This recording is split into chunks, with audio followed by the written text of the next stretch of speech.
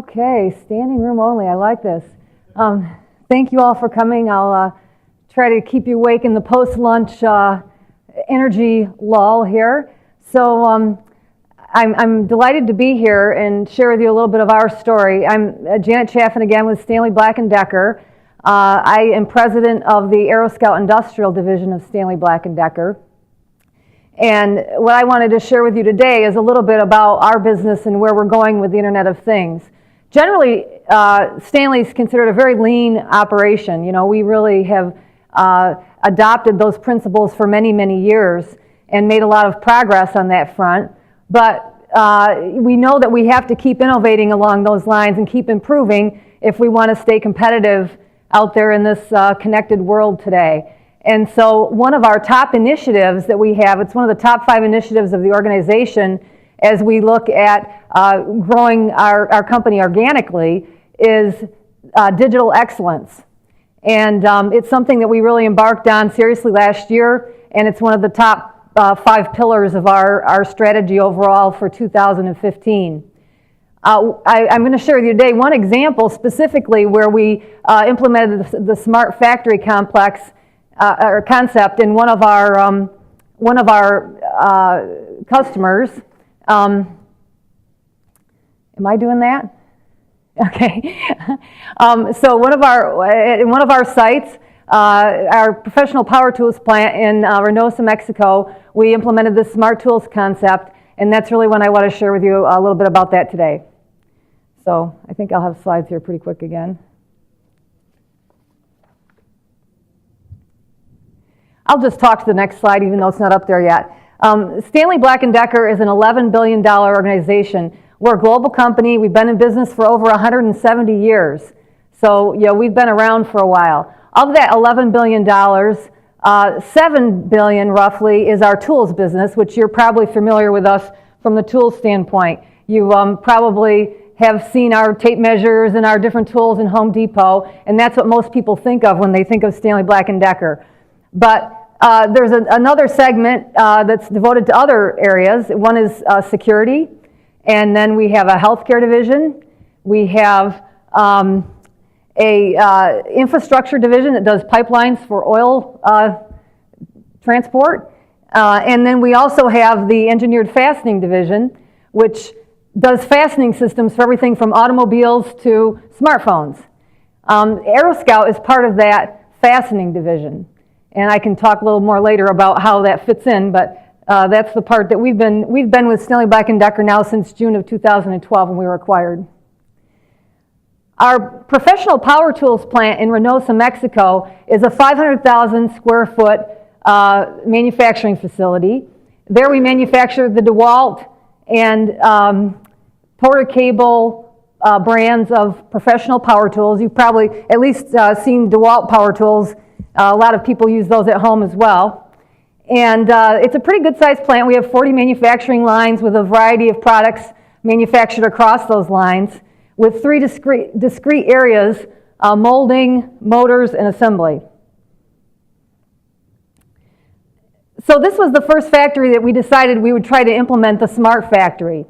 And so we went in to start with just to try to understand where the opportunity existed. And so we looked at where our problems were. So we often didn't really know what our production rate was. I mean, we knew what it was, but we didn't, until the end of the shift, really have a really clear picture of whether we'd made our production for the day or for that shift or not. We weren't sure if we had resources allocated where they needed to be at real time during production. And we also had situations where we were producing defects, and sometimes we wouldn't figure that out until the defect was propagated all the way down the line. In addition to that, we had a couple constraints that we had to think about as we were thinking about a smart factory. This is a 24/7 operation, and so we absolutely could not, it's feeding the fuel of the company, we couldn't shut it down for any period of time to do some kind of fancy installation of technology. We also couldn't decrease the flexibility that we enjoy in that facility today, where we can quickly retool lines to run different products as needed based on the customer demand. And so we had to keep that flexibility.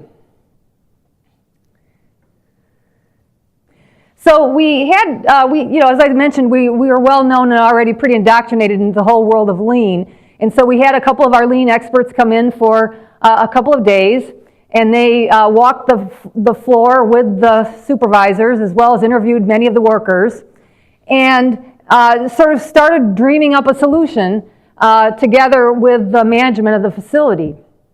And it was surprising to us how simple it was at the end of the day. That we came up with something we thought could have a pretty significant impact and really was pretty straightforward. In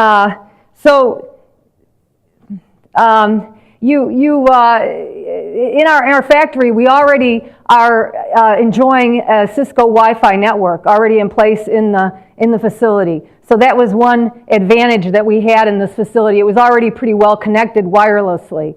So we took advantage of that by taking the AeroScout active RFID tags and attaching them to the PLCs that control the scales that are sitting at the end of the line and used to assess the quality of the package. So if it weighs too much, that means there's extra stuff in there. If it doesn't weigh enough, then something's missing. And that good and bad production result was then wirelessly transmitted back to the servers in real time. And with that, we were able to get both real-time production rates as well as how many good and how many bad units we were producing along the way. In addition to that, we implemented a push-button system along the line that enabled the workers to be able to identify issues as they occurred. So they could push a button and it would then notify the supervisor or whoever owned that problem to come and take action at that station immediately. And this, because it's all wireless running on the Cisco wireless network, it doesn't need to have cables and everything else, and so we achieved the objective of not having to rewire or lose our flexibility in our facility. So some of you may be familiar with the Japanese Heijunka methodology, but essentially this is all about line flow and smoothness of the line flow. And so as we were looking at the problem areas, we could see that we had trouble with batching, where units were getting kind of backed up in different places for one reason or another, and then as a result, we'd have gaps in the production line. We also had cases where the line was moving too fast or too slow, and that messes up the downstream operations. We had defects that were propagating, as I mentioned, and we had equipment that was down, and we didn't have real-time visibility into the downtime that we were experiencing. So we, by putting this system in place, it really gave us much more real-time visibility to that, enabled us to smooth the line, and we connected it then to real-time dashboards so that the supervisors and management could see all the time what was happening on the line, and when problems came up, they could see immediately where those problems were sourcing. In this slide, I actually wasn't going to present this one, but that's okay, we can. And so we also had cases where, we didn't understand the temperature of the material. And so this is in the molding area, and we didn't get any real-time feedback on where the temperature was fluctuating when it shouldn't be. And so we were able to then get, again, with the sensors in real time, over the wireless network, get real-time feedback as to the temperature monitoring. And then this was the push-button system that I mentioned earlier. This was actually something that the workers came up with themselves. And so oftentimes you worry about putting one of these systems in because the workers are going to think, Big Brother's watching me, and be nervous about the fact that they're being watched so closely electronically, especially in this age of sort of all the cybersecurity questions and things like that. But the workers actually really embraced the system and came up with this idea themselves about 4 months into the implementation of the scale monitor. They said, hey, can't we put these push button things out here on the line so that we can call someone immediately instead of having to go track them down or call them on the phone, which was their current methodology, that they could just push a button and then immediately have someone come and address whatever issue it was. Well, the side effect benefit of this, there was two side effects. One was we could get immediate visibility and be able to track the actual downtimes for different stations. But we also, because that data is now there, but it was also very empowering for the workers. Suddenly they're saying, oh, I just have to push a button and, Bob shows up and comes and fixes my equipment that's got a maintenance issue. And they really appreciated this, and they get bonus based on productivity targets, and so they were happy about being able to have a better chance at hitting their bonuses too. So, you look at a project like this and you say, oh my God, it's going to take us forever to do something like that. And as I mentioned at the beginning, we really focused on trying to start simple. And so by doing something simple, we were able to accomplish a lot, I would say, fairly quickly. So the initial site visit that I mentioned was just a couple days. So we had that, really, it was just a couple-day survey for us to go in and assess the situation with some of our lean experts, and then decide where the greatest opportunities were to address problems.